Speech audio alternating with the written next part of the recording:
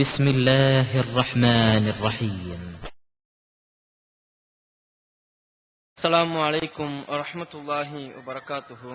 கண்ணியத்திற்குரிய எல்லாமுள்ள அல்லாஹுவின் நல்லடியார்களே, உலகில் உள்ள கோடான கோடி படைப்புகளிலே மனிதன் ஓர் அற்புத படைப்பாக திகழ்கிறான். படைக்கப்பட்ட ஜீவராசிகளிலேயே மனிதன் ஓர் உயர்ந்த படைப்பாக திகழ்வதற்குரிய காரணம் அவனுக்கு வழங்கப்பட்டிருக்கிற பகுத்தறிவுதான் காரணம். எது நன்மை எது தீமை என்று, எது சரி எது தவறு என்பதை பகுத்து அறியக்கூடிய கல்வி ஞானத்தை பெற்றிருக்கிற காரணத்தினால்தான் உலகில் உள்ள அத்தனையையும் விட மனிதன் ஒரு உயர்ந்து நிற்பதை பார்க்கிறோம். முதல் மனிதரும் மனித குலத்தின் தந்தையுமான ஆதம் அலைஹிஸ்ஸலாம் அவருடைய வாழ்க்கை எடுத்து பார்த்தால் அவர்களுக்கு அத்தனை வானவர்களும் மரியாதை செய்தார்கள். எந்த காரணத்தினால்? நம்முடைய மனித குலத்தின் தோற்றத்திற்கு காரணமாக இருந்த, நம்மை போன்ற ஒரு மனிதராக இருந்த ஹஸ்ரத் ஆதம் அலைஹிஸ்ஸலாம் அவர்களுக்கு வானுலகில் உள்ள அத்தனை வானவர்களும் பணிந்தார்கள் என்றால், அத்தனை வானவர்களும் அந்த முதல் மனிதருக்கு மரியாதை செய்தார்கள் என்று சொன்னால் அதற்குரிய காரணம் என்ன? ஹஸ்ரத் ஆதம் அலைஹிஸ்ஸலாம் அவர்களுக்கு வழங்கப்பட்டிருக்கிற கல்வி ஞானம் தான் காரணம். அல்லாஹ் திருமறை குர்ஆனிலே குறிப்பிடும் போது வஅல்லம ஆதமல் அஸ்மாஅ குல்லஹா, அனைத்து கல்வி ஞானத்தையும் அல்லாஹ் ஆதமுக்கு கற்றுக் கொடுத்தான். முதல் மனிதராக இருக்கிற ஆதம் அலைஹிஸ்ஸலாம் அவர்களுக்கு எல்லா விதமான கல்வி ஞானங்களையும் கற்றுக் கொடுத்து அதை வானவர்களுக்கு முன்னால் நிரூபிக்க செய்து அத்தனை வானவர்களையும் இதோ இந்த ஆதமுக்கு நீங்கள் பணியுங்கள், மரியாதை செய்யுங்கள் என்று சொல்லி அத்தனை வானவர்களும் ஆதம் அலைஹிஸ்ஸலாம் அவர்களுக்கு மரியாதை செய்தார்கள். அதற்கு அவர்களுக்கு வழங்கப்பட்டிருந்த கல்வி ஞானம் தான் ஒரு காரணமாக இருந்தது.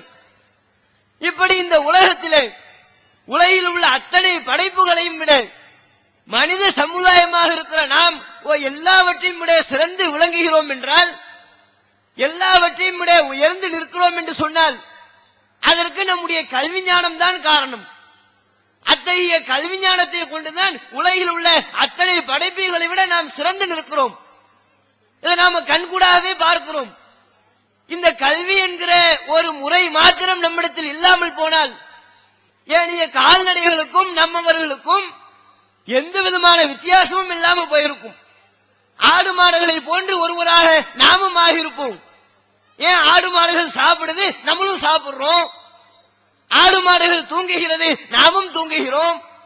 ஆடு மாடுகள் பிறந்து செத்து தங்களுடைய வாழ்க்கையை முடித்துக் கொள்கிறது, அதே போன்று நாமும் நம்முடைய வாழ்க்கையை முடித்துக் கொள்கிறோம். இந்த கல்வி என்கிற ஒன்று மாத்திரம் இல்லாமல் இருக்குமேயானால் மனித குலத்திற்கும் மனிதன் அல்லாத ஏனைய கால்நடைகளுக்கும் எந்த விதமான வித்தியாசம் இல்லாமல் போயிருக்கும். அப்ப எதை வைத்து வித்தியாசப்படுறோம்? ஏனைய கால்நடைகளை விட நாம் உயர்ந்து நிற்கிறோம் என்று சொன்னால் அதற்குரிய காரணம் என்ன?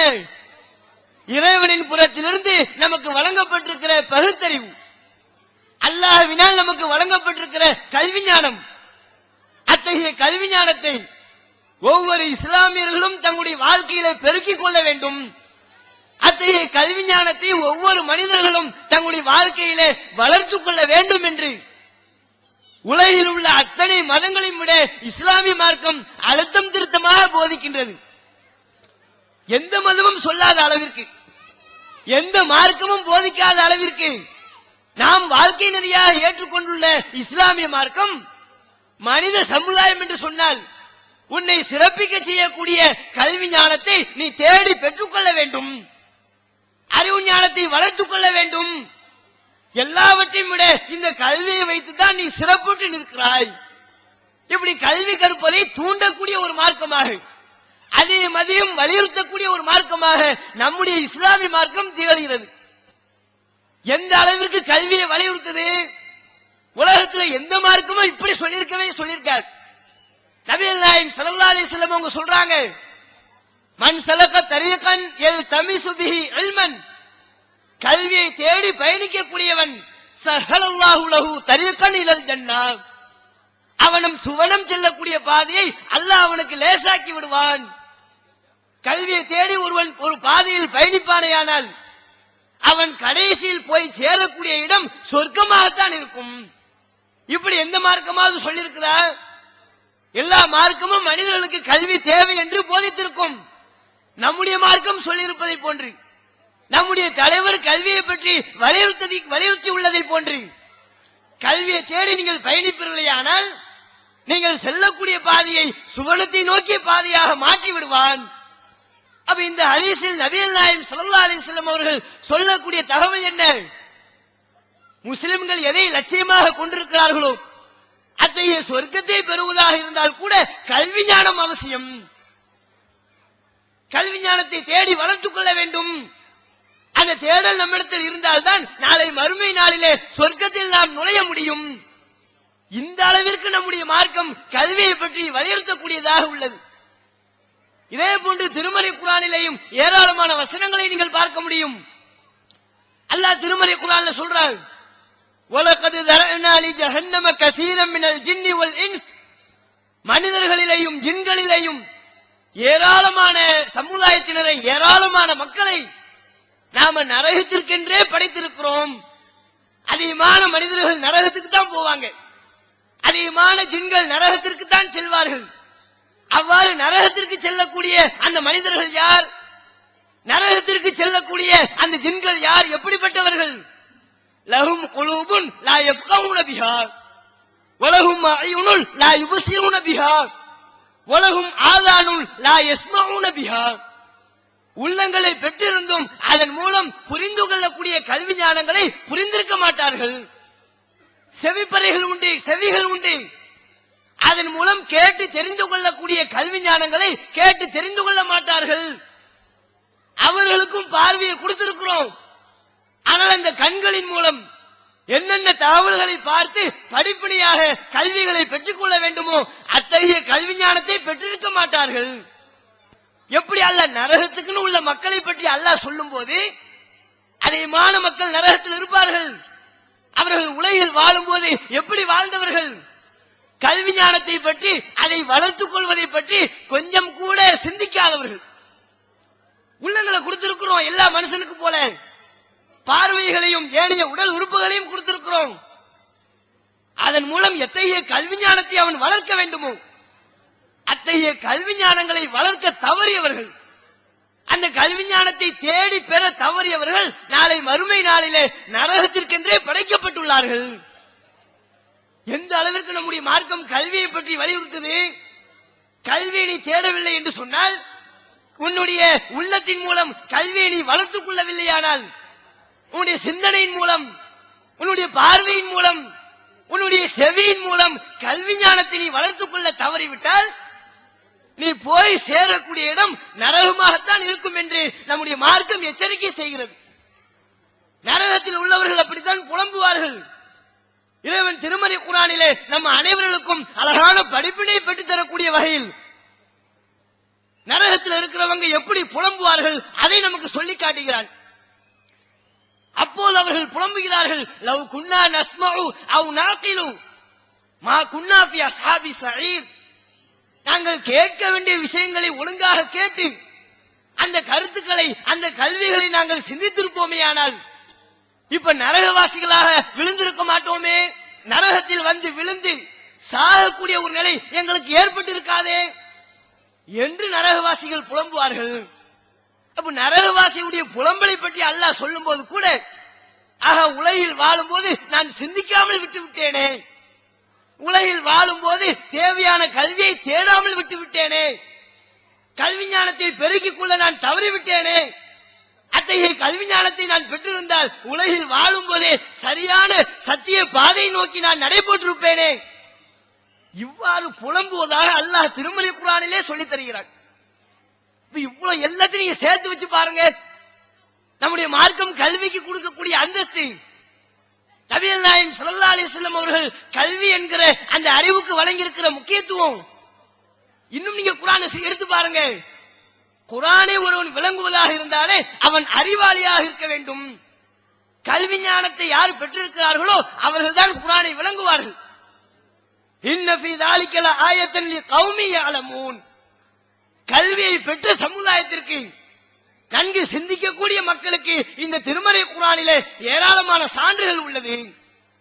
அப்ப குர்ஆனை ஒருவன் முறையாக புரிந்து கொள்வதாக இருந்தால் கூட, நம் அனைவருக்கும் இறைவேதமாக வழங்கப்பட்டிருக்கிற திருமறை குர்ஆனை நாம் நன்கு புரிந்து கொள்ள வேண்டுமேயானால் அதற்கு கல்வி அவசியம்.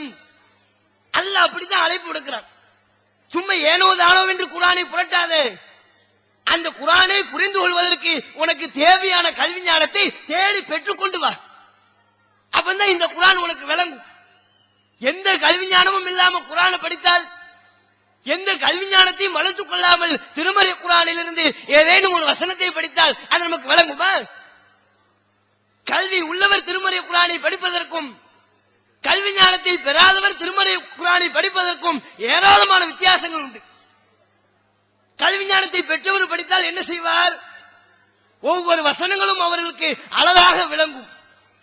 ஒவ்வொரு வசனங்களும் அல்லாஹ்வுடைய அத்தாட்சியாக அவருக்கு திகழும். அல்லாஹ் என்ன அற்புதமாக சொல்லியிருக்கிறான். உலகில் நடக்கக்கூடிய நிகழ்வுகளை நாம கண்டுணர்ந்து புரிந்து கொள்ளக்கூடிய, பார்த்து ரசித்த பல்வேறு விஷயங்களை கொஞ்சம் கூட தவறாமல் பிசகாமல் அல்லாஹ் அற்புதமாக திருமறை குர்ஆனை சொல்லியிருக்கிறானே என்று கல்வியாளர்கள் மெச்சுவார்கள். இதே கல்வி அறிவு இல்லாதவர்கள் திருமறை குர்ஆனை படித்தால் அப்பதான் குர்ஆனையே திறந்து பார்ப்பாரு. அப்பதான் முதல் வசனத்தை எடுத்து படிப்பாரு. உடனே அவருக்கு சந்தேகம் வந்துடும். கல்வி உள்ளவர் திருமறை குர்ஆனை படிப்பதற்கும், கல்வி இல்லாதவர் திருமறை குர்ஆனை படிப்பதற்கும் இதுதான் வித்தியாசம். அவர் பார்க்கக்கூடிய ஒவ்வொரு வசனங்களையும் சந்தேக கண்ணோட்டத்தோட பார்ப்பார். என்னப்பா ஒண்ணும் புரிய மாட்டேங்குதே, என்ன செய்யறது, ஏது செய்யறது, யாருக்கு போன் பண்ணி கேட்க, இப்படிங்கிற சிந்தனை தான் அவருக்கு இருக்கும். அப்ப அல்லாஹ் நமக்கு திருமறை குர்ஆனை அழைப்பு விடுக்கிறான் என்று சொன்னால், இந்த குர்ஆனை ஏராளமான சான்றுகளை நம்ம சொல்லி இருக்கிறோம், பல்வேறு அத்தாட்சிகளை விளக்கி இருக்கிறோம். அத்தனை அத்தாட்சிகளையும் நீ புரிந்து கொள்ள வேண்டுமேயானால் வெறும் மண்டையோடு திருமறை குர்ஆனை படிக்க வராதே, உலகில் உள்ள பல்வேறு கல்வி ஞானங்களை தேடி பெற்றுக்கொண்டு திருமறை குர்ஆனை படித்துப்பார். அதில் உள்ள அத்தாட்சிகள் உனக்கு விளங்கும். அதில் உள்ள சான்றுகள் உனக்கு தெள்ள தெளிவாக புலப்படும். உமா யஅகிலுஹா இல்லல் ஆலிமூன். ஆலிம்களை தவிர இந்த திருமறை குர்ஆனில் சொல்லப்பட்டுள்ள உதாரணங்களை வேறு யாரும் புரிந்து கொள்ள மாட்டார்கள். குர்ஆன்ல அல்லாஹ் ஏராளமான உதாரணங்களை சொல்றான்.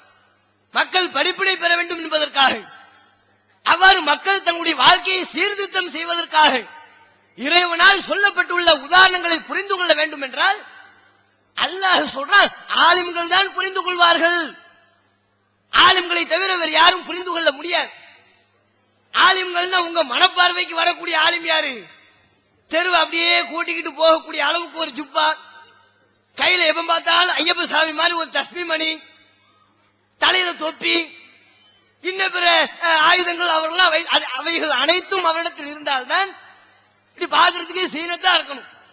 பேண்ட் சட்டையை போட்டுட்டு ஒருத்தர் போய் நின்னா அவர் ஆலிம்சா நம்ம யாரும் ஏத்துக்கிறது கிடையாது. இவர் என்ன ஆலிம் செய்ய விட்டு தாடி இல்ல, தாடி ஒரு அளவுகோல் தான், அது மார்க்கத்தில் இருக்குது. இவருடைய ஜுப்பா கிடையாது, இவர் தரையை கூட்டி பெருக்கக்கூடிய அளவிற்கு ஆடை அணியவில்லை, கையில தஸ்மிமணி இல்ல, தலையில தலப்பாக கிடையாது. இவரெல்லாம் எங்க போய்ப்பா படிச்சுட்டு வந்தாரு, இப்படி நம்ம சொல்லக்கூடியவர்களாக இருக்கிறோம். அந்த ஆலிம்களை பற்றி அல்லாஹ் சொல்லல. ஆலிம் என்று சொன்னாலே நம்முடைய மனப்பார்வைக்கு யார் வருகிறார்களோ அவர்களை பற்றி அல்லாஹ் பேசவில்லை. கல்வி ஞானத்தை வளர்த்துக் கொண்ட ஆலிம்கள், உண்மையான கல்வி ஞானத்தை பெற்றுக்கொண்டு அதன் அடிப்படையில் செயல்படக்கூடிய ஆலிம்கள், அவர்களை பற்றி அல்லாஹ் சொல்றான். அவங்களுக்கு தான் இந்த குர்ஆன் விளங்கும். அவர்கள் தான் இந்த குர்ஆனில் சொல்லப்பட்டுள்ள உதாரணங்களையும் சான்றுகளையும் புரிந்து நடப்பார்கள். இந்த அளவிற்கு நம்முடைய மார்க்கம் கல்வி ஞானத்தை பற்றி அதிகம் அதிகம் வலியுறுத்தக்கூடிய ஒரு மார்க்கமாக, கல்வி ஞானத்தை நாம் வளர்த்துக் கொள்ளவில்லை என்றால் நம்முடைய மறுமை வாழ்க்கையே நாசமாகிவிடும் என்கிற கடுமையான எச்சரிக்கை சொல்லப்பட்டுள்ளது. எல்லாருமே கல்வியை தேடணும். எப்படியான கல்வியை தேடுவது? நாம தான் கல்வியை 2 கூறா பிரிச்சு வச்சிருக்கிறோமே. அதெல்லாம் சரி, கல்வியை தேடி பெற்றுக் கொள்ளணும், அதெல்லாம் ஓகே. நீங்க சொன்னது உலக கல்வியா இல்ல மார்க்க கல்வியா? இப்படி நாம கல்வியை பிரித்து வைத்திருக்கிற முறை இது. கல்வி 2 கூறாக பிரித்து இவைகள் எல்லாம் உலக கல்வி, இவைகள் எல்லாம் மார்க்க கல்வி நீங்க கல்வியை கற்றுக்கொள்ள வேண்டும் என்று சொல்வது உலக கல்வி ஐயா அல்லது மார்க்க கல்வி ஐயா? இப்படி அல்லாஹ் பிரிச்சு வச்சிருக்கிறானா? உலக கல்வி மார்க்க கல்வி என்று நாம பிரிச்சு வச்சிருக்கிறோம். இறைவனோ திருமறை குர்ஆனோ அல்லது அந்த குர்ஆனை விளக்க வந்த நபிகள் நாயகம் ஸல்லல்லாஹு அலைஹி வஸல்லம் அவர்களோ இப்படி ஒரு பிரிவினை ஏற்படுத்தவில்லை. உலக கல்வி மார்க்க கல்வி ரசூலுல்லாஹ் பிரிக்கல. உலக கல்வி மார்க்க கல்வி என்று அல்லாஹ் பிரிக்கவில்லை. உலக கல்வி மார்க்க கல்வி என்று திருமறை குர்ஆன் நமக்கு கல்வியை இரண்டு கூறாக பிரித்து சொல்லவில்லை. எப்படி சொல்றோம்? நீங்க பல விஷயங்களை உலக கல்வி நம்ம வச்சிருப்போம். இன்றைக்குள்ள ஏராளமான மனிதர்கள் என்னென்ன விஷயம்னா உலக கல்வி, வானங்களை பற்றியான கல்வி, வானியல் சார்ந்த கல்விகளை அறிந்து கொள்வது, புவியியல் சார்ந்த கல்விகளை தெரிந்து கொள்வது, இதெல்லாம் மார்க்கத்துக்கு சம்பந்தம் இல்லாத உலக கல்வி என்று நாம விளங்கி வச்சிருக்கிறோம். இது உலக கல்வியா? வானியல் சார்ந்த விஷயங்களை அறிந்து கொள்வதும் பூமியில் நடக்கக்கூடிய அது சார்ந்த கல்விகளை தெரிந்து கொள்வதும் உலக கல்வியா? அது அதையும் அல்லாஹ் குர்ஆன்ல சொல்றானே, அந்த கல்வியையும் கற்க வேண்டும் என்று நம்முடைய மார்க்கத்தில் சொல்லப்பட்டிருக்குது. திருமறை குர்ஆனிலே அல்லாஹ் சொல்றான், அவலம் யரல்லதீன கஃபரு அன்ன ஸமாவாதி வல் அர்த் கானதா ரத்கன் ஃபஃபதக்னாஹுமா. இந்த மக்கள் சிந்திக்க மாட்டார்களா? வானம் பூமி எல்லாமே ஒரு காலத்தில் ஒன்றாகத்தான் இணைந்திருந்தது. ஃபஃபதக்னாஹுமா, நாம் தான் அந்த இரண்டையும் பிரித்தோம். அல்லாஹ் திருமறை குர்ஆனிலே வானம் பூமியை பற்றி பேசிவிட்டு சிந்திச்சு பார்ப்பா, இந்த தகவல் உனக்கு தெரியாதா? இந்த தகவலில் உன்னுடைய சிந்தனை செலுத்த மாட்டியா? வானம் பூமி எல்லாமே ஒரு காலத்தில் ஒன்றாகத்தான் இருந்தது. நாம தான் அதை பிரித்தோம். வானத்தை தனியாகவும் பூமியை தனியாகவும் இன்ன பிற கோள்களை தனியாகவும் நாம் தான் பிற்காலத்தில் பிரித்தோம் என்று அல்லாஹ் திருமறை குர்ஆனிலே சொல்லித் தருகிறார். இது நம்ம பார்வைக்கு என்ன? இது உலக கல்வி, இது சயின்ஸ், இது பெருவெடிப்பு கொள்கை. அதைத்தான் அல்லாஹ் திருக்குர்ஆன்ல சொல்லித் தர. நாம எதை அறிவியல் என்று ஒதுக்கி வைத்திருக்கிறோமோ, பிக் பேங் தியரி என்று நாம் எதை சொல்லிக் கொண்டிருக்கிறோமோ, அதை பல நூறு ஆண்டுகளுக்கு முன்பே திருமறை குர்ஆனில் அல்லாஹ் சொல்லி, இதையும் சிந்திச்சு பார்ப்பா, இதை சிந்திக்காமல் இருப்பியா? இதை அறிந்து கொள்ளாமல் உன்னுடைய மூளையை மலங்க செய்வாயா நீ என்று திருமறை குர்ஆனில் கண்டிப்போடு. இந்த இறை மறுப்பாளர்கள், இந்த அறிவு கட்ட மக்கள் வானம் பூமியினுடைய படைப்பை பற்றி எல்லாம் சிந்திக்க மாட்டார்களா? அது ஒன்றாக இருந்ததையும் முன்பு ஒரு காலத்தில் அந்த இரண்டும் ஒன்றாக இருந்து பிற்காலத்தில் அதை பிரிக்கப்பட்டதை ஏன் சிந்திக்க மறுக்கிறார்கள் என்று அல்லாஹ் சாடுறான். அப்ப அல்லாஹ் சாடுகிறான் என்று சொன்னால் அது உலக கல்வி நீங்க பிரிப்பீங்களா? நம்ம பார்வைக்கு அது உலக கல்வியா தெரியுது. இறைவன் அதையும் திருமறை குர்ஆனில் சொல்லி அந்த கல்வியும் கற்றுக்கொள்ள பாங்கிறான் பல்வேறு வசனங்கள்ல. அதே போன்று நாம எதையெல்லாம் உலக கல்வியின் பிரித்து வச்சிருக்கிறோம்? உயிரினங்கள் சார்ந்த விஷயங்களை பற்றி தெரிந்து கொள்வது, ஆடு மாடு சிங்கம் புலி இது மாதிரியான பிராணிகளை பற்றி, அதனுடைய தன்மைகளை பற்றி, அதற்கு மட்டும் உள்ள விசேஷ குணங்களை பற்றி அறிந்து கொள்வது, அதெல்லாம் உலகியல் கல்வி. அதுக்கும் மார்க்கத்துக்கும் சம்பந்தமே இல்லை. அதை கற்கும்படி நம்முடைய மார்க்கம் சொல்லவில்லை. அப்படி நாம நினைக்கிறோம். டிஸ்கவரி சேனல்ல வந்து விளக்கிட்டு இருப்பான்ல, இன்ன பிற சேனல்ல வந்து விளக்கக்கூடியவர்கள், அது அவங்க மட்டும் கற்றுக்கொள்ள வேண்டிய கல்வி, அதற்கும் மார்க்கத்திற்கும் சம்பந்தம் இல்லை அப்படின்னு நினைக்கிறோமே. அதையும் அல்லாஹ் திருமறை குர்ஆனில் சொல்லி, ஒவ்வொரு மூமின்களும் இதை பற்றியும் விளங்கிக் கொள்ளுங்கள் பார், இதையும் சிந்தித்துக் கொள்ளுங்கள். அஃபலா யன்துரூன இலல் இப்லி, இவர்கள் ஒட்டகத்தை சிந்தித்து பார்க்க மாட்டார்களா? கைஃப குலிகத், இந்த ஒட்டகம் எவ்வாறு படைக்கப்பட்டுள்ளது, அதுக்குள்ள விசேஷ தன்மையை பார், அதற்கு மட்டும் இருக்கிற வழங்கப்பட்டிருக்கிற சிறப்பு மிக்க குணங்களை சிந்தித்து பார். நபிகள் நாயகம் சிந்திச்சிருக்கிறாங்க. திடீரென்று வானத்தை பற்றி சிந்திப்பார்கள், பூமியை பற்றி சிந்திப்பார்கள். அவைகளை எல்லாம் பற்றி சிந்தித்து விட்டு இறுதியிலே கூறுவார்கள், ரப்பனா மா கலக்த ஹாதா பாத்திலா, நீ படைத்திருக்கிற அத்தனையும் ஒரு காலத்திலும் நீ வீணாக படைக்கவில்லை, எல்லாத்தையுமே அர்த்தத்தோடு தான் படைத்திருக்கிறாய். வானத்தை படைத்தது ரொம்ப சரி, பூமியை படைத்தது மொத்தம் மெத்த சரி. அது இப்படி அல்லாஹ்வின் தூதர் அவர்கள் அல்லாஹ்வினுடைய படைப்புகள் ஒவ்வொன்றையும் சிந்தித்து அல்லாஹ்வை போலக்கூடியவர்களாக இருந்திருக்கிறார்கள். நம்ம சிந்திக்கிறதே தனியா இருக்கும். ஒட்டகத்தை பத்தியோ மத்த பிராணிகளை பத்தி நம்ம சிந்திக்கிறதா இருந்தா அதுக்குரிய விசேஷ தன்மைகளை பற்றியா சிந்திப்போம். அல்லாஹ்வை புரிந்து கொள்ளக்கூடிய வகையிலேயா சிந்திப்போம். ஒட்டகத்துல எந்த பகுதி ரொம்ப டேஸ்டா இருக்கும்? கோழியில லெக் பீஸ் தான் ரொம்ப டேஸ்டா இருக்கும். மாட்டுல தலைப்பகுதி டேஸ்டா இருக்கும். ஆட்டுல வால் பகுதி டேஸ்டா இருக்கும். நம்மளுடைய சிந்தனை இப்ப அல்லாஹ் ஒன்னு எதுக்கு சுவையாக இருக்கும் என்பதை பற்றி அல்லாஹ் சிந்திக்க சொல்லல. அல்லாஹ்வை நீ புரிந்து கொள்ளும்படியாக சிந்தித்து பார். அல்லாஹ்னு ஒருத்தர் இருக்கிறான், அவனுக்குரிய ஆற்றல் இன்னது, அவன் இந்த அளவுக்கு சர்வ வல்லமை படைத்தவன் என்பதை உனக்கு உணர்த்தக்கூடிய வகையில நீ சிந்தித்து பார்க்கணும். ஒரு ஆட்டை பார்த்தாலே அது கழுத்து பகுதி பாருங்க அப்படியே பொறிச்சு சாப்பிடணும் போல இருக்குது. நம்ம இது ஒரு சிந்தனையா? இது இதனுடைய சுவைப்பதற்காக உள்ள சிந்தனையை பற்றி நம்முடைய மார்க்கம் சொல்லவில்லை. அல்லாஹ்வுடைய வல்லமையை புரிந்து கொள்ளக்கூடிய வகையில், அல்லாஹ்வுடைய சர்வ சக்தியை அறிந்து கொள்ளக்கூடிய வகையில் அல்லாஹ்வுடைய படைப்புகளை பற்றி செஞ்சு பார்க்கணும். அதுவும் நம்முடைய மார்க்கத்தில் சொல்லப்பட்டிருக்கிற ஒரு கல்வி. அது இன்றைக்கு அந்த கல்வி எல்லாம் யார் கற்றுக்கொள்கிறார்? அது மாதிரியான சிந்தனைகள் நம்மிடத்தில் இருந்திருக்குமே ஆனால் மார்க்கத்தில் இல்லாத பொய் சரக்குகள் எல்லாம் நம்முடைய மார்க்கத்திலே இஸ்லாமியர்களுக்கு மத்தியிலே திணித்திருக்க முடியுமா? அல்லாஹ்வுடைய படைப்பை சிந்திச்சு இறைவனுடைய ஏனைய படைப்புகளை எல்லாம் சிந்தித்து பார்த்து சிந்திக்கும் திறன் கொண்டவர்களாக இஸ்லாமிய சமுதாய மக்கள் அத்தனை பேர்களும் மாறியிருப்பார்கள். ஆனால் மார்க்கத்தின் பெயரால் நம்முடைய சமுதாய மக்களுக்கு மத்தியில் புகுத்தப்பட்ட கலாச்சாரங்கள், அனாச்சாரங்கள், வழிகேடுகள், அவைகளுக்கெல்லாம் நம்முடைய சமுதாயம் இடம் தந்திருக்குமா? அல்லாஹ் சிந்திக்க சொன்னவர்கள் சிந்தித்து பார்த்தார்களே, அந்த சிந்தனையே இது மார்க்கத்துக்கு முரண் என்று ஒதுக்கி தள்ளி இருக்கும். இது தவறானது, இது மார்க்கத்திற்கு விரோதமானது, இது மார்க்கத்திற்கு எதிரானது என்று அவருடைய சிந்தனை அவர்களுக்கு உரைக்க சொல்லியிருக்கும். அந்த கல்வியை நம்ம தேடுறது கிடையாது. அவ்வாறு சிந்திப்பதை நாம் ஒரு வணக்க வழிபாடாக கருதுவது கிடையாது. பாருங்க, நாம எதை உலக கல்வி என்று நினைக்கிறோமோ அவை அத்தனையும் அல்லாஹ் திருமறை குர்ஆனில் சொல்லி, ஒட்டகத்தை செஞ்சு பாரு, இன்ன பிற படைப்புகளை சிந்தித்து பார், பூமியை சிந்தித்து பார், வயல் அறுதி கைப்ப சுத்தியாத், இந்த பூமி எவ்வாறு விரிக்கப்பட்டுள்ளது அதை சிந்தித்து பார், மலைகளை சிந்தித்து பார், அது எவ்வாறு நட்டப்பட்டுள்ளது. இப்படி அல்லாஹ் தன்னுடைய படைப்புகள் ஒவ்வொன்றையும் சொல்லி இதையெல்லாம் எவ்வாறு, அதனுடைய குணங்கள் என்ன, அதனுடைய அதிசயிக்கத்தக்க தன்மைகள் என்ன சிந்திச்சு பார்ப்பா. வானத்தை பத்தி என்னைக்காவது நம்ம சிந்திச்சு பார்த்திருக்கிறோமா?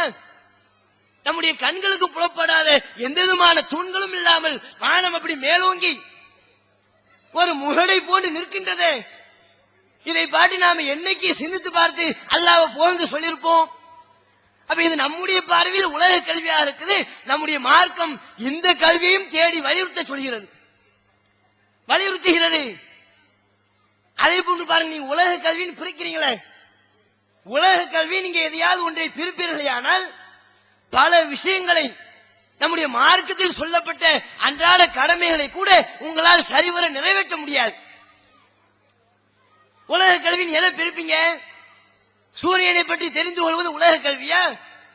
அந்த சூரியனை பற்றி கணக்கிடக்கூடிய அந்த அறிவியை நீங்கள் பெற்றிருக்காவிட்டால், அந்த அறிவை நம்முடைய சமுதாயத்தை சார்ந்த முன்னோர்கள் பெற்றிருக்காவிட்டால், மழை காலங்களின் போது தொழுகை நம்மளால நிறைவேற்ற முடியுமா? எங்க தொழுகைக்கு சூரியன் இருக்குதா இல்லையா? 5 நேர தொழுகையினுடைய நேரங்களை சூரியன் தானே நமக்கு நேரம் காட்டுது. மத்த காலங்கள்ல கண்கூடா தெரியுது. அது இருக்கக்கூடிய பொசிஷனை பார்த்து ஒவ்வொரு நேர தொழுகையை நிறைவேற்றுவோம். மழைக்காலம் சூரியன் கண்ணுக்கு தெரியல, எப்படி தொழுவீங்க? சூரியன் இப்ப உச்சம் இருக்குதா, சாஞ்சிருச்சா, அது சூரியன் மறைந்து விட்டதா, அதெல்லாம் உங்களுக்கு எப்படி தெரியும்? அது தெரியாவிட்டால் எப்படி 5 வேளை தொழுகையை நிறைவேற்றுவீர்கள்? அப்ப நம்முடைய தொழுகையை நிறைவேற்றுவதாக இருந்தால் கூட உலகத்தினுடைய கல்வி என்று நாம் பிரித்து வைத்திருக்கிறோமே, அத்தகைய கல்வி அவசியம். நம்ம சமுதாயத்தில் எல்லா கல்வியையும் கரைத்து குடித்த கல்விமான்கள் இருந்தார்கள். சூரியனுடைய இயக்கத்தை பற்றி கரைத்து குடித்த கல்விமான்கள் நம்முடைய முன்னோர்கள் இருந்தார்கள். அவங்க கணிச்சு சொன்னாங்க, இந்த நேரத்தில் சூரியன் எப்படி இருக்கும், இந்த நேரத்தில் லுஹர் தொழுகையுடைய நேரம் வந்துவிட்டது. அப்படி சூரியனை கணிக்கக்கூடிய அறிவை பெற்றுவிட்ட காரணத்தினால்தான் நம்ம தொழுகையை நிறைவேற்ற முடியும். அதே போன்று திசையை கண்டறியக்கூடிய கல்வி, அந்த கல்வியை நீங்கள் உலக கல்வி என்று பிரிப்பீர்களே ஆனால் எங்க பார்த்து தொழுவீங்க? உங்க வீட்டுல நீங்க பாட்டுக்கு தொழுதுகிட்டு தூங்கிட்டு இருப்பீங்களா? எந்த நேரம் தொழுகையாவது உங்களால் நிறைவேற்ற முடியுமா? ஏன் நமக்கு இடப்பட்டிருக்கிற கட்டளை என்ன? குறிப்பிட்ட திசையை நோக்கி தொழ வேண்டும் என்பது நமக்கு இடப்பட்டுள்ள கட்டளை கிடையாது. மேற்கை நோக்கி தொழுப்பா அப்படின்னு நல்லா சொல்லிட்டு போனானா? காபா எங்க இருக்குதோ அதை பார்த்து தொழுங்கிறாங்க. காபா எங்க இருக்குது நம்ம கண்ணுக்கு தெரியுதா? அது உலகத்துல எங்கேயோ ஒரு மூலையில இருக்குது. அந்த காபா எந்த திசையில் உள்ளது என்பதை திசை பற்றிய கல்வி கொண்டவர்கள் தான் அறிந்து கொள்ள முடியும். அந்த கல்வியை தேடி பெற்றால் தானே ஓ காபா இந்த திசையில இருக்குதுன்னு சொல்ல முடியும். அப்படி அந்த திசையை கணித்து சொன்னால் தானே உங்களால 5 நேர தொழுகையை தொழ முடியும். எதை உலக கல்வின்னு பிரிக்கிறீங்க? வானம்னு ஆரம்பிச்சுட்டா போதும். இது சயின்ஸ். இது எதுக்கு எங்களுக்கு சொல்றீங்க? வானம்னு ஆரம்பிச்சிடக்கூடாது. ஒரு ஜும்மா பயான்ல வானம் பூமின்னு ஆரம்பிச்சிடும் வைங்க, என்னங்க எங்களுக்கு நமக்கும் மார்க்கத்துக்கும் சம்பந்தமே இல்லாத சொல்லிட்டு இருக்கிறாரு. சயின்ஸை பத்தி இங்க வந்து பேசிட்டு இருக்கிறாரு. வானம்னு ஆரம்பிச்சுட்டாலே சயின்ஸா? பூமின்னு ஆரம்பிச்சுட்டாலே அது சயின்ஸா? அது எல்லா கல்வியும் நம்முடைய மார்க்கத்தில் சொல்லப்பட்டிருக்குது.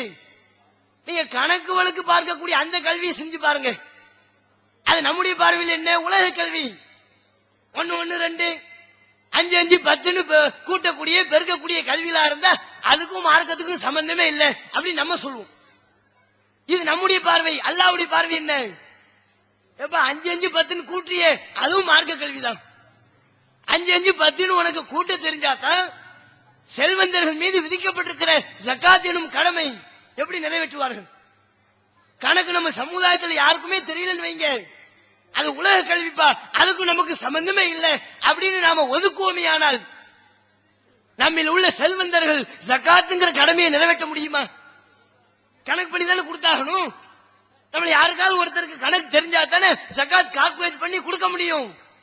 அப்ப நம்முடைய மார்க்கத்தினுடைய ஒவ்வொரு கடமையை நிறைவேற்றுவதிலையும் நாம உலக கல்வி என்று பிரித்து வைத்திருக்கிறோமே, அது சம்பந்தப்படத்தான் செய்யுது. அதையும் சேர்த்து வைத்துதான் நல்லா மார்க்க கடமைகளை விதித்திருக்கிறான். அதே போன்று நம்முடைய மார்க்கத்தில் சொல்லப்பட்டுள்ள சொத்து பங்கீடு, வராசத் என்று சொல்லப்படக்கூடிய சொத்து பங்கீடு, அது எப்படி செய்வீங்க? உங்க இஷ்டத்துக்கு சொத்தை பங்கிட்டு வச்சுட்டு போவீங்களா? உங்களுக்கு பாசமா இருக்கிற பிள்ளைக்கு அதிகமாகும், உங்களுக்கு யாரை பார்த்தால் வெறுப்பு வருதோ அந்த மாதிரி பிள்ளைக்கு கம்மியாகவும் கொடுத்துட்டு போன அது அநியாயம். நம்முடைய மார்க்கத்தில் சொத்து பங்கீடு வைப்பதற்கும் ஒரு முறை சொல்லப்பட்டிருக்குது. அந்த முறை அடிப்படையில் திருமறை குர்ஆனில் சொல்லப்பட்டுள்ள அந்த முறை அடிப்படையில் நீங்கள் சொத்தை பங்கு வைக்க வேண்டுமானால் உங்களுக்கு கணக்கு வழக்கு தெரிஞ்சிருக்கணுமே. எதை உலக கல்வின்னு ஒதுக்கி வச்சிருக்கிறீங்களோ அதை தெரிந்து கொண்டால்தான் மார்க்கத்தின் பல்வேறு அம்சங்களை உங்களால் பரிபூர்ணமாக நிறைவேற்ற முடியும். இல்ல அல்லாஹ்விடத்துல குற்றவாளியா போய் நிற்பீங்க. கணக்கு வழக்கு தெரியல, அதனால சக்காத்துல கோட்டை விட்டீங்க. கணக்கு வழக்கு தெரியல, அதனால சொத்து பங்கிடல, நீங்க கோட்டையை விட்டு விட்டீர்கள். உங்களுடைய நிலைமை என்ன? அல்லாஹ் திருமறை குர்ஆனிலே சொத்து பங்கீடு சம்பந்தமாக சொல்லும் போதுதான் இது அல்லாஹ்வினுடைய வரம்புகள். அல்லாஹ்வினுடைய இந்த வரம்பை யாராவது மீறுவார்களே ஆனால் அவர்களுக்கு நரகம்தான் சொத்து பங்கீடு விஷயத்தில். அப்ப உலக கல்வி மார்க்க கல்வி என்று நாம் தான் தேவையின்றி பிரித்து வைத்திருக்கிறோமே தவிர நம்முடைய மார்க்கம் அப்படி சொல்லித்தரல. இறைத்தூதருடைய வாழ்க்கையை செஞ்சு பார்த்தாலும் அதான விளங்குது. நபி நூஹ் அலைஹிஸ்ஸலாம் அவர்களுக்கு அல்லாஹ் உத்தரவிட்டான், வஸ்னஇல் ஃபுல்க பி அயூனினா வ வஹீனா. நபியே, நம்முடைய நேரடி பார்வையிலையும் நம்முடைய இறை செய்தியின் அடிப்படையிலையும் கப்பலை நீங்கள் செய்வீராக. ஒரு கப்பலை செய்யும்படி அல்லாஹ் நூஹ் நபிக்கு உத்தரவிடுகிறான். கப்பலை செஞ்சு இந்த பேரழிவிலிருந்து தன்னையும் தன்னை நம்பிக்கை கொண்ட மக்களையும் நூஹ் அலைஹிஸ்ஸலாம் அவர்கள் காப்பாற்றினார்கள். இப்ப காப்பாற்றுவதற்கு பேர் உதவியாக இருந்தது என்ன? கப்பல் தானே. அந்த கப்பலை நூஹ் நபி தான் செஞ்சாரு. அல்லாஹ்வுடைய நேரடி பார்வையில மேற்பார்வையில நடக்குது, அல்லாஹ்வுடைய வஹீல நடக்குது. அது நாம அதை எப்படி பிரிச்சு வச்சிருக்கிறோம்? கப்பல் செய்யறது அது உலக கல்வி, அதுக்கும் மார்க்கத்துக்கும் சம்பந்தம் இல்லை. அப்ப இந்த பார்வையை நீங்கள் விட்டொழியுங்கள். நம்முடைய மார்க்கம் நமக்கு எல்லா விதமான எத்தகைய கல்விகள் என்று சொன்னால் நம்முடைய வாழ்வை சீர்திருத்தம் செய்யக்கூடிய, நம்முடைய வாழ்வில் பல்வேறு நல்ல மாற்றங்களை ஏற்படுத்தக்கூடிய, இந்த உலக வாழ்க்கையிலையும் நாளை மறுமை வாழ்க்கையிலையும் நம்மை வெற்றி பெற செய்யக்கூடிய அத்தனை கல்விகளையும் கற்று தேர்ந்து கொள்ள வேண்டும் என்பது நம்முடைய மார்க்கம் நமக்கு சொல்லக்கூடிய அறிவுரை. எல்லா கல்வியும் கற்றுக்கொள்ளணும், எல்லா சம்பந்தமான அறிவு ஞானங்களையும் வளர்த்துக் கொள்ளணும். அதுதான் ஏனைய படைப்புகள் இருந்து நம்மை வித்தியாசப்படுத்தக்கூடிய ஒரு அம்சம். எந்த கல்வியை கற்றுக்கொள்வது? பயனுள்ள கல்வியை கற்றுக்கொள்ள வேண்டும் சொன்னீங்க. பயனுள்ள கல்விதான் இது என்பதை எப்படி தீர்மானிப்பது? திருமறை குர்ஆனுடைய உபதேசத்தை வைத்துக் கொண்டு, திருமறை குர்ஆன் சம்பந்தமான அந்த அறிவுஞானத்தை வைத்துக் கொண்டு நாம் பார்க்கக்கூடிய பல்வேறு விஷயங்களில், நாம் பார்க்கக்கூடிய பல்வேறு கல்விகளில் இது பயனுள்ள கல்வி, இது பயனற்ற கல்வி என்று நாம முடிவெடுக்கணும். அதுக்கு குர்ஆனுடைய அறிவு இருந்தா தான் முடிவெடுக்க முடியும். எது பயனுள்ள கல்வி, எது பயனற்ற கல்வி என்பதை நீங்கள் முடிவு செய்வதாக இருந்தால் அதுக்கு கண்டிப்பா குர்ஆனுடைய ஞானம் தேவை. ஏன்னா பாருங்க, குர்ஆனுடைய ஞானம் இல்லாத காரணத்தினால்தான் இன்னைக்கு நம்ம சமுதாயத்தில் மார்க்க கல்வி என்கிற பெயரிலேயே ஏராளமான அனாச்சாரங்களை சொல்லியிருக்கிறார்களா இல்லையா? உலமா கல்வி என்கிற பெயரிலேயே நாம நினைத்துக் கொண்டிருக்கிறோம். மார்க்க கல்வின்னு சொல்லிட்டா அது எல்லாமே பயனுள்ள கல்வி, உலக கல்வின்னு சொல்லிட்டா போதும் அது எல்லாமே பயனுள்ள கல்வி. அப்படி நம்ம சமுதாயத்தில் யாரும் முத்திரை குத்தக்கூடாது. ஏன் அப்படி குத்தக்கூடாதுங்கிறோம்? மார்க்க கல்வி என்று நம்ம சமூகத்துக்கு மத்தியில் அறிமுகம் செய்யப்படக்கூடிய, நம் சமுதாயத்தை சார்ந்தவர்களுக்கு பயிற்றுவிக்கப்படக்கூடிய மார்க்க கல்வி என்ற பெயரிலையும் ஏராளமான அனாச்சாரங்களை புகுத்தக்கூடியவர்களாக, பல்வேறு ஒழுக்கங்கட்ட விஷயங்களை கற்றுக் கொடுக்கக்கூடியவர்களாக இருக்கிறாங்க. உலமா கல்விங்கிற பேர்லயே நடக்குது. சுன்னத்துல் ஜமாத்தை சார்ந்த அந்த மக்களை எடுத்துக்கொள்ளுங்கள், அவருடைய சார்பில் நடைபெறக்கூடிய மதரசாக்கள் எடுத்துக்கங்க. அந்த மதரசாக்கள்ல 7 வருடம் கற்றறியக்கூடிய அந்த மாணவர்களுக்கு உலமா கல்விங்கிற பேர்ல தான் பல்வேறு கல்விகள் போதிக்கப்படுது. உலமா கல்வி என்கிற பேரில் அத்தகைய 7 வருடம் படிக்கக்கூடிய அந்த மாணவர்களுக்கு போதிக்கப்படக்கூடிய அத்தனை கல்வியும் பயனுள்ள கல்வியா இருக்குதா? உலமா கல்வின்னு சொல்லிக் கொண்டே அனாவசியமான ஒழுக்கக்கேடான விஷயங்களை சொல்லிக் கொடுக்கத்தானே செய்யறாங்க. இன்னைக்கு உலமா கல்வியினுடைய அவலம் என்ன? ஏனைய சுன்னத்துல் ஜமாத்தில் நடைபெறக்கூடிய மதரசாக்களில் நடத்தப்படக்கூடிய பாடங்களை பார்த்தால், அவர்களுக்கு சொல்லித்தரப்படக்கூடிய கல்வி முறைகளை பார்த்தால் இது உலமா கல்வி கிடையாது, ஒழுக்கங்கட்ட கல்வி என்று நம்மால் அறிந்து கொள்ள முடியும். எதை சொல்லிக் கொடுக்கிறாங்க? அசத்தியத்தில் மக்கள் வீழ்ந்து கொண்டிருக்கிறார்கள், அவர்களை சத்தியத்தின்பால் மீட்டெடுக்க வேண்டும் என்கிற வகையில் அவருடைய போதனை இருக்கிறார். அல்லது மக்களுக்கு மத்தியில் ஏராளமான மூட நம்பிக்கைகள் இருக்குது, அந்த மூட நம்பிக்கைகளை களையெடுக்க வேண்டும், அந்த அடிப்படையில் அவருடைய கல்வி முறை இருக்கிறார். 7 வருஷம் மொத்தமா அவங்களுக்கு சொல்லிக் கொடுக்கிறது எப்படி ஃபாத்தியா ஓதி சாப்பிட்டு சாப்பிட்டு வயிற்றுல தொந்தி போட வைக்கிறது, அதான் சொல்லிக் கொடுக்கப்படுது. இது உங்களில் பலருக்கு மிகைப்பாக இருந்தாலும், ரொம்ப ஓவரா சொல்றமா இருக்கிற என்று தெரிந்தாலும் அதுதான் உண்மை. அப்படி வெளிவந்த 7 வருடம் படித்து பட்டம் பெற்று வெளிவந்து சமுதாய மக்களுக்கு என்ன சேவை செய்தார்கள், சமுதாய மக்களுக்கு மத்தியில் என்ன மாற்றத்தை ஏற்படுத்தினார்கள்? ஒரு மூல நம்பிக்கையை இவர்களுடைய பிரச்சாரத்தால் ஒழிக்க முடிந்ததா? காலம் காலமாக மக்களுக்கு மத்தியில் நிலவி வந்த இன வைப்பை இவர்களால் வேறெடுக்க முடிந்ததா? இவங்க 7 வருடம் எதை படித்திருக்கிறார்கள், இவங்க வெளியே வந்து என்ன பண்றாங்களோ அதிலிருந்தே நம்மால் 7 வருடமும் இவர்கள் படித்தது இதைத்தான் என்று புரிந்து கொள்ள முடியும். வெளியே வந்து இவங்களுடைய முதன்மையான பிரச்சாரமா இருக்கிறது என்ன? ஒரு வீட்டில் என்ன இளவு நடந்தாலும் சரி, ஒரு குழந்தை பிறந்துட்டால் இவர் தான் முதல் ஆளா போய் நின்று ஃபாத்திஹா, அதே குழந்தை இறந்து போனால் இவர் ஃபாத்திஹா ஓதுவார். அது ஆண் குழந்தையாக இருந்து ஓரளவு பருவத்தை அடைந்து கத்னா செஞ்சா அப்போதும் இவர் தான் வருவார். ஆலிம்சான் ஒருத்தர், நான் எதுக்குப்பா இருக்கிறேன், கூப்பிடு என்ன, ஒரு ஃபாத்திஹா ஓதிடுவோம், அவன்தான் உங்களுடைய வம்சம் செழிக்கும் தலைக்கும் என்று சொல்லிவிட்டு ஃபாத்திஹா ஓதுவார்கள்.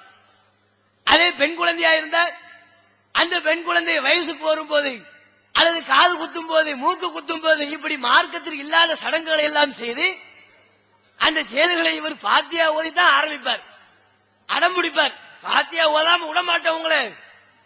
இப்படி ஒவ்வொரு நிகழ்வுகளையும் நம்முடைய வீட்டில் நடக்கக்கூடிய மரணம் அல்லது அவருடைய வீட்டில் நடக்கக்கூடிய திருமணம், இப்படி எதற்கெடுத்தாலும் ஃபாத்திஹா ஓதக்கூடியவர்களாக இந்த போலி உலமாக்கள் இருக்கிறார்கள் என்று சொன்னால் இவர்கள் படித்தது எதை? பல்வேறு கல்வி ஞானங்களை படித்து வளர்த்துக் கொண்டார்களா? இல்லை ஃபாத்திஹா ஓத வேண்டும் என்கிற ஒற்றை பாடத்தை படித்து வந்தார்களா? ஃபாத்திஹா மட்டும்தான் அவங்களுடைய நினைவுக்குள்ள இருக்குது. எங்கடா போய் பாத்தியா ஓதுவோம், நெய்ச்சோறு சாப்பிடுவோம், எங்க போய் பாத்தியா ஓதுவோம், கைமுடக்கு வாங்குவோம். இதுதான் அவர்களுடைய சிந்தனையா இருக்குது. அப்ப 7 வருடமும் இந்த போலி உலமாக்களுக்கு இவைகள் தான் போதிக்கப்பட்டிருக்குது. அதை கொண்டு பார்க்கிறோம். அவருடைய சிந்தனைகள் நேரிய சிந்தனையாக இருக்குமா? அவருடைய பிரச்சாரங்கள் வீரியமிக்க பிரச்சாரமா இருக்குமா? அவர்களுக்கு வாய்ப்பளிக்கக்கூடிய சந்தர்ப்பத்தில் அவருடைய பள்ளிவாசல்களிலேயோ இன்ன பிற சமயங்களிலேயோ போதனை செய்வதற்கு அவர்களுக்கு வாய்ப்பளிக்கப்பட்டால் குர்ஆனுடைய போதனையை சொல்ல மாட்டார்கள், நபிகள் நாயகத்துடைய போதனையை சொல்ல மாட்டார்கள். ஏனென்று சொன்னால் அந்த கல்வி முறை அவர்களுக்கு பயிற்றுவிக்கப்படவில்லை. அவங்க சொல்றது எல்லாம் மக்களை தூங்க வைக்கும்படியான கதைகள், கப்சாக்கள், அவுலியாக்கள் என்ற பெயரில் இவர்களாக கற்பனை செய்து கொண்ட போலி கற்பனைகள், கதைகள். இதைத்தான் இந்த உலமாக்கள் செய்து கொண்டிருக்கிறார்கள். இந்த உலமாக்கள் என்றைக்காவது மக்களுக்கு மத்தியில ஒரு அழுத்தம் திருத்தமான பிரச்சாரத்தை முன்வைத்திருக்கிறார்களா? படிக்கிற கல்வி ஃபுல்லா கேடுகட்ட படிப்புகள், ஒழுக்கங்கட்ட விஷயங்கள். குர்ஆனை பற்றி படிப்பது கொஞ்சம், நபிகள் நாயகத்தினுடைய போதனைகளை பற்றி படிப்பது கொஞ்சம். அதுக்கு மாத்தமா ஒழுக்கக்கேடான விஷயங்களை பற்றி தான் படிப்பார்கள். நாங்க மதரசாக்கள் இருக்கும்போது எங்களுக்கு சொல்லி தந்தாங்களே, லவ் சனாபி இம்ராத்தின் ஹர்சா லா ஹத் அலா வாஹிதின் மின்ஹுமா, ஊமை பெண்ணுடன் விபச்சாரம் செய்து விட்டால் அவர்கள் இருவருக்கு எந்த விதமான தண்டனையும் கிடையாது. இதை படிச்சு கொடுத்தா அவருடைய சிந்தனை எப்படி இருக்கும்? பெண்களோடு, ஊமை பெண்களோடு விபச்சாரம் செய்து விட்டால் அந்த பெண்ணுக்கும் தண்டனை கிடையாதாம், விபச்சாரம் செய்த அந்த ஆணுக்கும் தண்டனை கிடையாது. இதுதான் 7 வருடம் படித்து பட்டம் பெற்று வருகிறார்கள். ஒரே இந்த வகையில உள்ள சமாச்சாரங்களை தான் படிப்பார்கள். ஒரு சபையில் வைத்து சொல்வதற்கு நாக்கூசக்கூடிய வகையில பல்வேறு விதமான ஒழுக்கங்கட்ட போதனைகள், அவர் மதுஹப் என்கிற பெயரில் படிக்கக்கூடிய போதனைகள். அதுதானே இது சீர்மிகு கல்வியா? இது அவரை சீர்திருத்தம் செய்யக்கூடிய கல்வியா? அதை படித்துவிட்டு மக்களுக்கு மத்தியில அதை போதிப்பார்களேயானால் ஒழுக்கம் மக்களுக்கு மத்தியில வருமா? அதை படிக்கக்கூடிய அவருக்கே ஒழுக்கம் வராது. இந்த தகவல்களை எல்லாம் ஒருவர் படிப்பாரையானால், விபச்சாரம் பண்ண தப்பு இல்லை, எந்த விதமான தண்டனையும் கிடையாது, சிறுமியை சீரழித்தாலும் எந்த தண்டனையும் இல்லை, இப்படியே அவர்களுக்கு நச்சூட்டப்படுமையானால், ஆபாச களஞ்சியம் அவர்களுக்கு புகட்டப்படுமையானால் அவருடைய பிரச்சாரம் எந்த லட்சணத்தில் இருக்கும்? அவருடைய சிந்தனை எந்த அவலத்தில் இருக்கும்? அவருடைய கல்வித்திறன் எந்த லட்சணத்தில் அமைந்திருக்கும்? அவர் படிக்கிற இந்த தகவல்களை எல்லாவற்றையும் சரி காணக்கூடியவராக இருப்பாரேயானால் அவருடைய பிரச்சாரம் சரியா இருக்குமா? அது சரியான கல்வியா? அது மாத்திரமில்லை, கல்வின்னு சொன்னாலே எதுங்க? கல்வி என்று சொன்னாலே அறிவு பொக்கிஷம். நம்முடைய மூளையில் பதிந்திருக்கக்கூடிய மூட நம்பிக்கைகளை எல்லாம் ஒழித்து அறிவுக்கு மாற்றமாக என்னென்ன தகவல்கள் எல்லாம் பதிவாகியிருக்கிறதோ அந்த அத்தனை தகவல்களையும் அழித்து அறிவு தீபம் ஏற்றக்கூடியதாக ஒரு கல்வி திகழ வேண்டும். குர்ஆனுடைய கல்வி அதைத்தான் சொல்லுது. எப்ப நீங்க குர்ஆனை பற்றி அறிந்து கொள்ள ஆரம்பிப்பீர்களோ, குர்ஆன் சொல்லக்கூடிய கல்வி நம்முடைய உள்ளம் என்கிற சிந்தனையில் ஏறுமோ, அப்போதே அறியாமை அகற்றுவிடும். நம்முடைய உள்ளத்தில் இருக்கக்கூடிய மூட நம்பிக்கைகள் எல்லாம் ஒழிக்கப்பட்டுவிடும். அந்த மாதிரி உங்களுக்கு மதுஹப்ல சொல்லிக் கொடுக்கப்படுதா? சொல்லிக் கொடுக்கப்படக்கூடிய எல்லா கல்விகளும் மூட நம்பிக்கையை வளரக்கூடிய, அவர்களுக்கு மத்தியில் மூட நம்பிக்கையை விதைக்கக்கூடிய பல்வேறு விதமான கல்வியை சொல்லிக் கொடுப்பாங்க. அறிவுக்கும் அவர்களுக்கும் சம்பந்தமே இல்லை என்று சொல்லும்படியாக மதுஹப்ல அவருக்கு போதிக்கப்படுகிறது. ஒரு உண்ணத்தகுந்த பிராணி, ஒரு ஆடு அல்லது மாடுன்னு வைங்களேன், இவ்வாறு உண்ணத்தகுந்த பிராணி இன்னொரு உண்ணத்தகுந்த பிராணியின் மீது சேர்ந்து கொண்டு அதன் மீது பாய்ந்து இல்லறத்தில் ஈடுபட்டு வலதன் அல சூரத்தில் ஆதமி, மனித குழந்தை பிறக்குது. அவங்களுக்கு சொல்லித்தரப்படக்கூடிய சட்டத்தை பாருங்க. இவனுடைய கல்வி ஞானம் எப்படி இருக்கும், இவனுடைய அறிவு பொக்கிஷம் எந்த லட்சணத்தில் இருக்கும் என்பதை புரிந்து கொள்வதற்கு இந்த ஒன்னே போதும். மதுஹப்ல அவங்களுக்கு சொல்லிக் கொடுக்கப்படுது. ஒரு ஆடும் இன்னொரு ஆடும் இல்லறத்தில் சேர்ந்து அந்த ரெண்டுக்கும் குழந்தை பிறக்குதான் மனித குழந்தை. சரி, மனித குழந்தை பிறந்திருச்சு.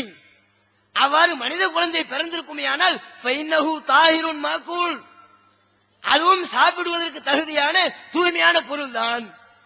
அந்த குழந்தையை அறுத்து சாப்பிடலாமா?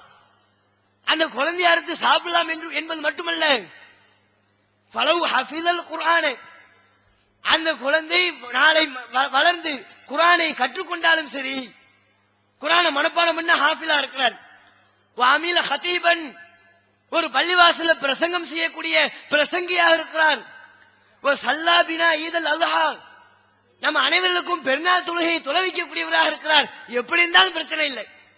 அது ஆடுக்கு பிறந்தது தானே, அல்லது ஆண் மாடுக்கும் பெண் மாடுக்கும் பிறந்தது தானே.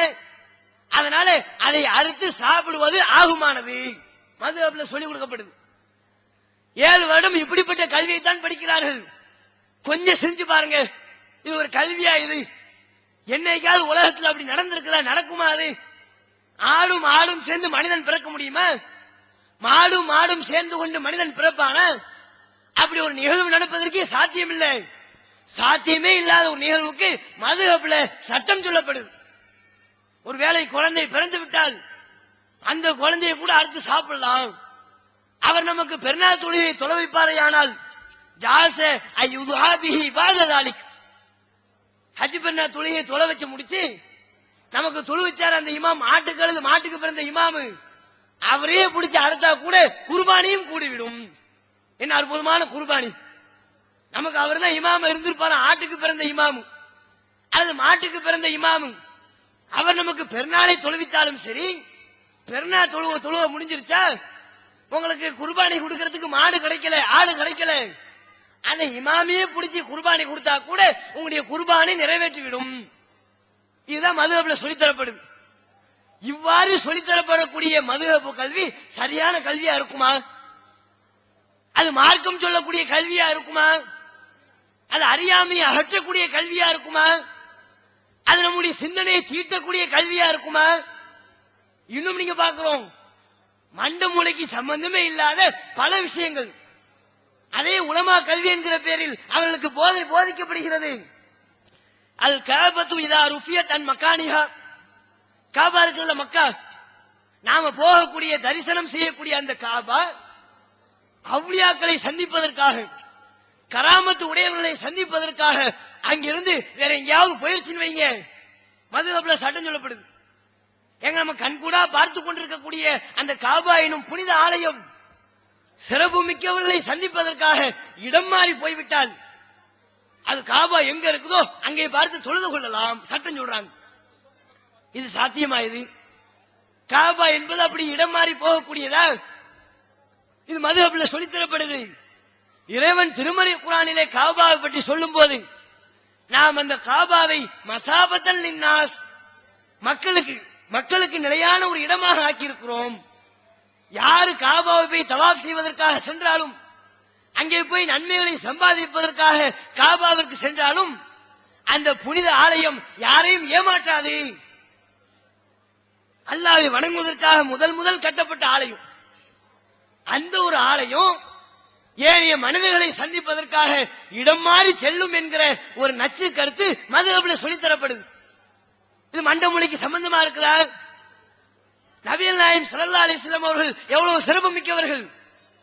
ரசூலுல்லாஹ் காபாவை பார்க்க வரும்போது ஆரம்ப காலகட்டத்தில் காபாவை பார்க்க விடாமல் எதிரிகள் தடுத்தார்கள். காபா ஒரு பேச்சுக்கு இடம் மாறி செல்லக்கூடியதாக இருந்தால், அப்படி ஒரு ஏற்பாட்டை இறைவன் ஏற்படுத்தக்கூடியவனாக இருந்தால், நம்ம ரசூலுல்லாஹ் தடுக்கப்படும் போது அவர்களை பார்க்க போயிருக்குமா இல்லையா? ரசூலுல்லாஹ் பார்க்காம தடை செய்யப்பட்டிருக்கிறார்கள். இறைவனுடைய எதிரிகளால், நபிகள் நாயகத்தினுடைய எதிரிகளால் நபிகள் நாயகம் அந்த புனித ஆலயத்தை பார்க்க விடாமல் தடுக்கப்பட்டிருக்கிறார்கள். அப்ப அங்க ரசூலுல்லாஹ் பார்க்கிறது காபா போயிருக்குமா போயிருக்காதா? ரசூலுல்லாஹ்வுக்குலாம் போகாத காபா இப்ப புதுசா முளைக்கக்கூடிய சில மனிதர்களுக்காக செல்லும் என்று மதுஹப்ல சொல்லித்தரப்படுது. இதுதான் சரியான கல்வியா? இது நம்ம சமூகத்து மக்களுக்கு மத்தியில் இருக்கிற அனாச்சாரத்தை களையெடுக்கக்கூடிய கல்வியா? நம்முடைய வணக்க வழிபாட்டை பாழாக்கக்கூடிய, நம்முடைய அறிவு மூளையை மழுங்க செய்யக்கூடிய, எந்த விஷயத்தினால் ஏனைய எல்லா ஜீவராசிகளை விட்டும் நாம உயர்ந்து நிற்கிறோமோ அந்த பகுத்தறிவை முற்றிலும் மழுங்கடிக்கக்கூடிய விஷயங்கள் தான் உலமா கல்வி என்கிற பேரில் சுன்னத்துல் ஜமாஅத்தினரின் சார்பால் அவர்களுக்கு போதிக்கப்படுது. அந்த கல்வியை கற்பதில் பயன் இருக்குதா? இன்னும் பாருங்க, நம்முடைய வணக்க வழிபாடுகள் எல்லாம் பாழாக்கக்கூடிய மதுஹப்ல சொல்லப்படுது. 7 வருட பட்டப்படிப்புல சொல்லிக் கொடுக்கிறாங்க. கையில் ஷக்ஸின் சல்லில் துஹர வழக்க தீனாரும், நீ லுஹர் தொழுகையை தொழு, உனக்கு நான் ஒரு தீனார் தரேன், ஒரு தங்க காசு தருகிறேன், அதற்காக நீ தொழுகையை தொழு என்று ஒரு மனிதனிடத்தில் சொல்லப்பட்டு அந்த ஒரு தங்க காசை பெறக்கூடிய எண்ணத்தில் அவனும் தொழுகையை தொழுவானேயானால் அந்த தொழுகை அல்லாஹ் ஏற்றுக்கொள்வான், அந்த தொழுகை கூடும், அதுல எந்த விதமான குறையும் இல்லை என்று மதுஹப்ல சொல்லப்படுது. இது கல்வியா? இது உலமா கல்வியா? இது நம்முடைய வணக்க வழிபாடுகளை பாழாக்கக்கூடிய கல்வி இல்லையா? அப்ப உலமா கல்வி என்று சொன்னாலே அது பயனுள்ள கல்வி என்று நம்பிவிடக் கூடாது. கல்வியை குர்ஆனுடைய அறிவை வச்சு பிரிச்சு பார்க்கணும். உலமா கல்வி என்று சொல்லப்படக்கூடிய கல்வி முறைகளிலேயும் ஏராளமான அனாச்சாரங்கள் இருக்குது. உலக கல்வி என்று சொல்லப்படக்கூடிய அந்த முறைகளிலேயும் ஏராளமான அனாச்சாரங்கள் இருக்கத்தான் செய்யுது. உலமா கல்வி போலி சுன்னத்துல் ஜமாத்தினரால் சொல்லப்படக்கூடிய அந்த கல்வி முறைகளில் எப்படி ஏராளமான குர்ஆனுக்கு மாற்றமான விஷயங்கள் இருக்குதோ அதே மாதிரி உலக கல்வியில் இருக்கத்தானே செய்யுது. இன்றைக்கு உலக கல்வியை படிக்கக்கூடியவர்கள் எப்படி எந்த லட்சியத்தில் படிக்கிறார்கள்? கல்வி ஞானத்தை பெருக்கிக் கொள்ள வேண்டும் என்கிற சிந்தனையிலேயே, அல்லாஹ்வுடைய சான்றுகளை எல்லாம் புரிந்து கொள்ள வேண்டும் அதற்காகவே முழுக்க முழுக்க நம்முடைய நோக்கம் பொருளாதார நோக்கமா தான் இருக்குது. நான் இன்ஜினியர் படிச்சா எனக்கு 1 லட்சம் சம்பாத்தியம் கிடைக்கும், பல லட்சங்கள் சம்பாதிப்பேன், மக்களுக்கு மத்தியில் பேரும் புகழோடும் நான் திகழ்வேன், அதற்குத்தான் உலக கல்வி படிக்கக்கூடியவர்களாக இருக்கும். அப்ப அதே போன்று எப்படி இந்த உலக நோக்கத்திற்காக உலக கல்வி படிக்கிறோமோ அதோடு சேர்ந்து பல்வேறு விதமான அனாச்சாரங்களும் நம்மில் ஒட்டிக் கொள்கிறது. பல்வேறு விதமான ஒழுக்கக்கேடுகள், ஆண் பெண் தொடர்புகள், மார்க்கத்திற்கு எதிரான விஷயங்கள் அதுவும் உலக கல்வியில வருதுல்ல. நம்ம சமுதாயத்தை சார்ந்த பெண்மணிகள் பலர்கள் உலக கல்வியை படிக்கிறார்கள். அவங்க உலக கல்வியை மட்டுமா படிச்சுட்டு இருக்கிறாங்க, அதோடு சேர்ந்து தவறான ஆண்களுடைய தொடர்பு, தன்னுடைய மானங்களை இழக்கக்கூடிய ஒரு சூழ்நிலை, அவருடைய பெற்றோர்களுக்கு அவமானத்தை ஏற்படுத்தி தரக்கூடிய ஒரு சூழ்நிலை உலக கல்வியில வருதா இல்லையா? அந்த கல்வியை அதை அவங்களுக்கு தடுக்கல. பல்வேறு விதமான கல்வி ஞானங்களை படிக்கிறார்கள், அதோடு சேர்ந்து ஒழுக்கக்கேடுகளும் அவரிடத்தில் வளர்கிறது. ஆண்களோடு கொஞ்சம் குழாவுகிறார்கள், ஆண்களோடு கைகோர்த்து வலம் வரக்கூடியவர்களாக இருக்கிறார்கள், ஆண்களோடு கொஞ்சம் பேசக்கூடியவர்களாக இருக்கிறார்கள். இதையெல்லாம் இறைவன் திருமறை குர்ஆனில் வன்மையாக தடுத்திருக்கிறானோ அல்லாஹ் குர்ஆன்ல சொல்லித் தருகிறான். யா நிசா நபி, நபியினுடைய மனைவிமார்களே, லஸ்துன்ன கஅஹதிம் மினன் நிசா, நீங்கள் ஏனைய பெண்களை போல் கிடையாது. இனி தகைத்துன்ன, உண்மையிலே நீங்கள் அல்லாஹ்வை அஞ்சி நடந்தால், ஃபலா தக்லஅன பில் கவுல், அந்நிய ஆண்களிடம் குலைந்து வலிந்து பேசாதீர்கள். ஏன் நீங்க வலிஞ்சு பேசினா என்னவாகும்? ஃபயத்மா அல்லதி ஃபீ கல்பிஹி மரதுன், எவனுடைய உள்ளத்தில் தவறான எண்ணம் இருக்குமோ அவனை தடுமாற வைத்துவிடும். பெண்கள் நீங்கள் இயல்பா கொஞ்சம் பேசுவீங்க, நீங்கள் இயல்பாக சிரித்து பேசுவீர்கள், அதை பேசக்கூடிய உங்களோடு பழகக்கூடிய நீங்கள் யாரிடத்தில் அப்படியான பேச்சுக்களை பேசுகிறீர்களோ அந்த ஆண் எப்படி எடுத்துக்கொள்வான்? இந்த பொம்பளை இயல்பா பேசுச்சு அப்படின்னு எடுத்துக்குவான? சரி, நமக்கு சிக்னல் கிடைச்சிருச்சு, பொண்ணு அழகாத்தான பேசுது, யார்ட்டுமே இந்த மாதிரி சிரிச்சு பேச மாட்டேங்குது, நமக்கிட்ட சிரிச்சு சிரிச்சு பேசுது, ஏதோ சம்திங் இருக்குது, நம்மளும் நூலை விட்டு பார்ப்போம் என்று தவறான பாதைக்கு போய் விடுவார்கள். அப்படியான நிகழ்வுகள் நடக்குது. உலக கல்விங்கிற பேர்ல நம்ம சமுதாயத்தை சார்ந்த பெண்மணிகள் அப்படித்தானே போய் கொண்டிருக்கிறார்கள். முஸ்லிம்கள் அதிகமாக வாழக்கூடிய பல பகுதிகள் அந்த கேள்வி, அந்த சம்பவத்தை கேள்விப்படலையா? நம்ம சமுதாயத்தை சார்ந்த ஆண்களோடும் மாற்று மதத்தை சார்ந்த ஆண்களோடும் தினமும் மாசத்துக்கு ஒருத்தி ஓடக்கூடிய நிகழ்வுகள் நடக்கத்தான் செய்யுது. அது அந்த கல்வி தடுக்கலையே. அப்படியே கரம் பிடித்து போயிட்டு இருக்கிறாளே, அவனோடு கொஞ்சம் குழாவிட்டு இருக்கிறாளே, கணவன் மனைவி கொஞ்சம் கூடியதெல்லாம் கீழே போயிடும், டவுன் ஆயிரும். அதையெல்லாம் மிஞ்சக்கூடிய வகையில மார்க்கத்தினுடைய எல்லா வரம்புகளையும் மீறி பசங்க 2 பேரும் போயிட்டு இருக்கிறாள். அவர் 2 பேரும் லவ்வர்ஸ், காதலன் காதலி. நம்ம சமுதாயத்தை சார்ந்த பெண்மணியும் இன்னும் ஒரு ஆணும் எப்படி அவங்களுடைய போக்கு இருக்குது? எப்ப அவங்களுடைய கொஞ்சாட்டத்திற்கு கொஞ்சம் அளவே இல்லாமல் டிக்கெட் எடுக்கிறதுல அவங்க 2 பேருக்கும் கொஞ்சம் நான் தான் எடுப்பேன், இல்ல நீ தான் எடுக்கணும், நான் தான் எடுப்பேன், மாறி மாறி நான் தான் எடுப்பேன்னு சொல்லி ஒரு ஆம்பளை பையன் டிக்கெட் எடுக்கிறான். இறுதியில இந்த பொம்பளை நீ டிக்கெட் எடுத்தல, உனக்கு டிக்கெட் எடுக்காத இந்த காசு இனிமே எனக்கு தேவையில்லை, காத்துல பறக்க விடுது 50 ரூபாய். யாரு சம்பாதிச்ச காசு? அந்த 50 ரூபாயை சம்பாதிப்பதற்கு அவனுடைய அப்பா எவ்வளவு கஷ்டப்பட்டிருப்பான், எவ்வளவு உழைப்புகளை செலுத்தியிருப்பான். அதையெல்லாம் கொஞ்சம் கூட சிந்திக்காமல் தங்கள் பெற்றோரிடமிருந்து பெற்ற இலகுவாக பெற்ற அந்த பொருளாதாரத்தை இப்படி வீண் வரையும் ஆக்குகிறாள் என்று சொன்னால், அதே போல இந்த ஆம்பளை இவர் ரொம்ப தியாகம் பண்ணுவார், தியாகத்துக்கு உச்சிக்கே போயிருவார். நைட்டு 2 பேரும் இவர் 2 பேரும் கடலை போடணும், பேசணும். 2 பேர்ல யாருக்காவது ஒருத்தருக்கு பேலன்ஸ் இல்லாம போயிரும். ஒண்ணு இவர், உனக்கு நான் பேலன்ஸ் ஏற்றி விடுறேன், நீ எனக்கு போன் பண்ணி பேசு. இன்னொரு அற்புதமான தியாகம். இந்த மாதிரி நம்முடைய சமுதாய மக்களுக்கு மத்தியில் பழக்கம் இருக்குதுன்னு சொன்னா, இவர்கள் கற்ற கல்வி இந்த ஒழுக்கக்கேடை தடுக்கவில்லையே. எது தடுக்கும்? பயனுள்ள கல்விதான் தடுக்கும். திருமறை குர்ஆனுடைய கல்வி ஞானம் நமக்கு மத்தியில் இருக்குமேயானால், குர்ஆனை அறிந்தவர்களாக இருந்தால், குர்ஆனுடைய உபதேசங்களை, குர்ஆனுடைய எச்சரிக்கைகளை நம்முடைய உள்ளத்தில் ஆழ பதித்திருப்போமேயானால், உலமா கல்வி என்கிற பேரில் நமக்கு மத்தியில் எந்தவித அனாச்சாரம் வந்தாலும் சரி, அதையும் முளையிலேயே கிள்ளி எரியக்கூடியவர்களாக இருப்போம். உலக கல்வி என்கிற பேரில் எப்படியான அனாச்சாரங்கள் நமக்கு மத்தியில் வந்தாலும் சரி, அதையும் நாம் ஆரம்பத்திலேயே கிள்ளி எரியக்கூடியவர்களாக இருப்போம். அந்த குர்ஆனுடைய கல்வி நம்மிடத்தில் இருக்குதான் பாருங்க. எந்த கல்வி வேண்டுமானாலும் நீங்கள் கற்றுக்கொள்ளலாம், மார்க்கத்தில் அனுமதி இருக்குது. மார்க்கம் எல்லா விதமான கல்வி ஞானத்தையும் பெறுவதை ஆர்வமூட்டுது. ஆனால் உங்களுக்கு குர்ஆனை பற்றிய ஞானம் இருக்க வேண்டும், குர்ஆனுடைய அறிவு இருக்கணும். அப்பதான் எது சரி எது தப்பு என்பதை நீங்கள் சரியாக புரிந்து கொள்வீர்கள். எது சரி எது தவறு என்பதை பிரித்து காட்டக்கூடிய குர்ஆனுடைய அறிவை பெற்றவர்களாக நம்ம சமுதாயத்தவர்கள் இருக்கிறார்களா? நம்ம சமுதாயத்தவர்களுக்கு குர்ஆன்ல இருக்கிற அறிவு என்ன? எப்படியான குர்ஆனுடைய அறிவை பெற்றிருக்கிறார்கள்? ஒண்ணுமே தெரியாது. வேறுமன ஃபாத்தியா ஓதுறதுக்கு மட்டும்தான் குர்ஆனை பயன்படுத்துகிறார்கள். குர்ஆன்ல அதிகமாக இவர்களுக்கு எதுவுமே தெரியாது. ரொம்ப மிதமிஞ்சி போனால் அதிகபட்சமாக அல்ஹம்து சூராவுக்கு பிறகு ஒரு குலுல்லாஹு ஓத தெரியும், ஒரு குல்லவுது பிரபில் ஃபலக் அதை ஓதுவார், குல்லவுது பிரபின் நாஸ் அதை ஓதுவார், அவ்வளவுதான். இதை தாண்டி குர்ஆன்ல அவருக்கு ஏதாவது ஞானம் இருக்குமா? குர்ஆன்ல உள்ள தகவல்களை அவருடைய உள்ளத்தில் ஆழ பதித்திருப்பாரா?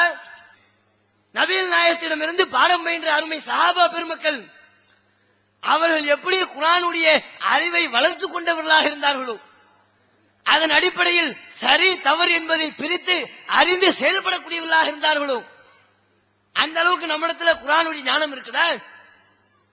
இப்போ இவ்வளவு பெரிய ஒரு சபையில குர்ஆன்ங்கிற பேர்ல ஒரு ஹதீஸ சொன்னா கூட நம்ம பல பேர் நம்பிட்டு போயிருவோம்.